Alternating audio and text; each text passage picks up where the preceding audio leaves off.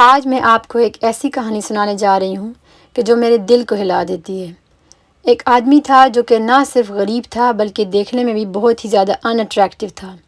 یہاں تک کہ علماء اور صحابہ کرام رضی اللہ تعالیٰ عنہ بیان کرتے تھے کہ وہ انتہائی ناپسندیدہ شکل و صورت کا مالک تھا۔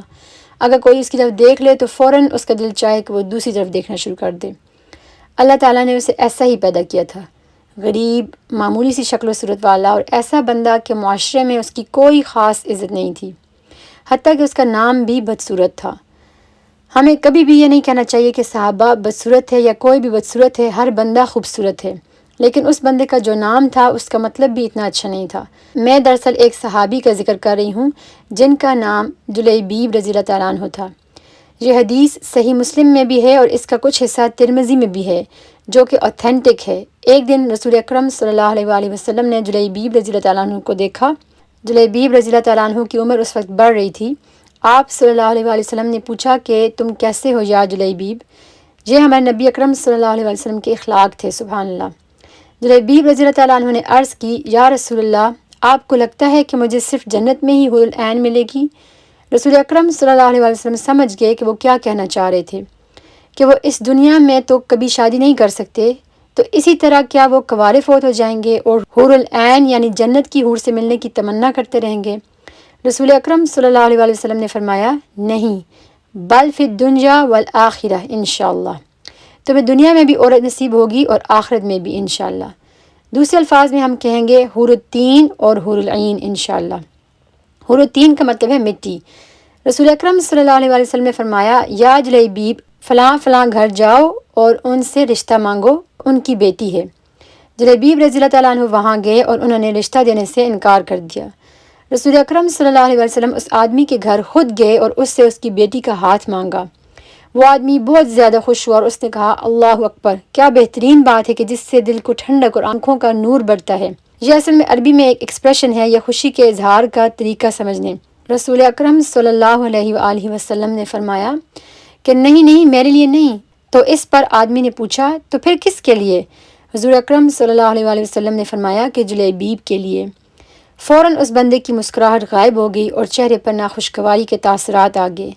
اس نے کہا کہ مجھے اجازت دیں کہ میں اس کی ماں سے ذرا مشورہ کر لوں۔ اس نے گھر جا کر اپنی بیوی سے بات کی تو وہ بھی یہی سمجھی کہ کہیں حضور اکرم صلی اللہ علیہ وآلہ وسلم کے لیے ان کی بیٹی کا رشتہ آیا ہے۔ اس پر اس کے شوہر نے اسے بتایا کہ اصل میں حضور اکرم صلی اللہ علیہ وآلہ وسلم جلیبیب رضی اللہ تعالیٰ عنہ کے لیے ہماری بیٹی کا رشتہ مانگ رہے ہیں۔ تو اس کی بیوی نے کہا کہ ہماری بیٹی کے لیے جلیبیب سے زیادہ اچھے رشتے آتے رہے ہیں، لیکن ہم نے انہیں انکار کیا ہے۔ کتنی اچھی فیملی سے رشتے آتے ہیں لیکن ہم نے انہیں بھی منع کر دیا۔ اور اب ایک ایسا شخص جو کہ کمی ہے اور معاشرے میں اس کی کوئی عزت بھی نہیں ہے، اس کو ہم اپنی بیٹی کا رشتہ کیسے دے دیں گے؟ نہیں نہیں، ایسا نہیں ہو سکتا۔ ان کی بیٹی بیک گراؤنڈ میں ان کی یہ ساری باتیں سن رہی تھی اور وہ ان کے پاس آئی اور کہنے لگی کہ میں یہ کیا سن رہی ہوں امی ابا، رسول اللہ صلی اللہ علیہ وآلہ وسلم ایک آدمی کا رشتہ میرے لیے لے کے آئے ہیں اور آپ لوگ رسول اکرم کو نہ کر رہے ہیں۔ واللہ میں رسول اکرم صلی اللہ علیہ وآلہ وسلم کی اس درخواست کو کبھی بھی انکار نہیں کروں گی اور صرف جلیبیب سے ہی شادی کروں گی۔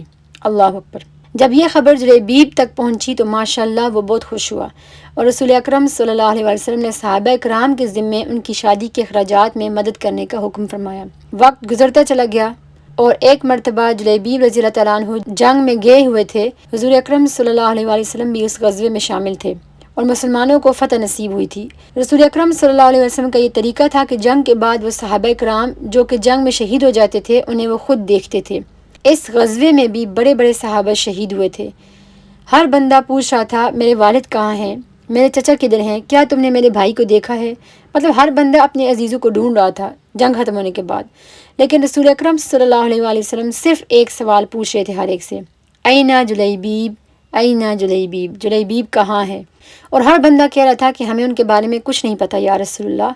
کسی کو جلیبیب کی پرواہ نہیں، صرف رسول اکرم صلی اللہ علیہ وآلہ وسلم ہی تھے کہ جن کو جلیبیب رضی اللہ تعالیٰ عنہ کا خیال تھا۔ میرا جلیبیب کہاں ہے؟ صحابہ نے عرض کی کہ خبر نہیں یا رسول اللہ۔ تو رسول اللہ صلی اللہ علیہ وسلم جلیبیب رضی اللہ تعالیٰ عنہ کو ڈھونڈتے رہے اور پھر بہت سارے فوت ہوئے لوگوں کے درمیان آخر کار انہیں جلیبیب رضی اللہ تعالیٰ عنہ نظر آئے جو کہ شہید ہو چکے تھے اور ان کے گرد دشمن کی 7 لاشیں بھی پڑی ہوئی تھیں۔